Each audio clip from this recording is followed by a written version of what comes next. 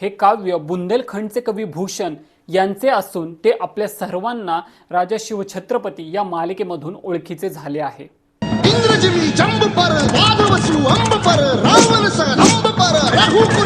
जसे इंद्राने जंभ नावाच्या असुराचा पराभव केला, समुद्रातील अग्नीने समुद्राला जाळले आणि श्रीरामाने अहंकारी रावणाचा नाश केला, तसाच हिंदवी स्वराज्याचा नायक छत्रपती शिवाजी महाराज हे अत्याचाराचा नाश करणार आहेत।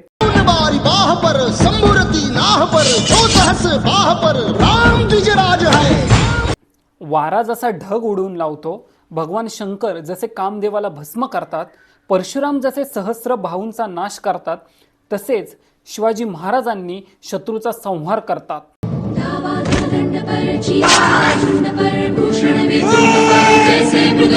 वनातील आग जशी झाडांना, चित्ता जसे हरणीच्या कळपाला आणि सिंह जसा हत्तीला घाबरवतो, तशीच भीती शत्रूच्या मनात शिवरायांच्या नावाबद्दल निर्माण होते।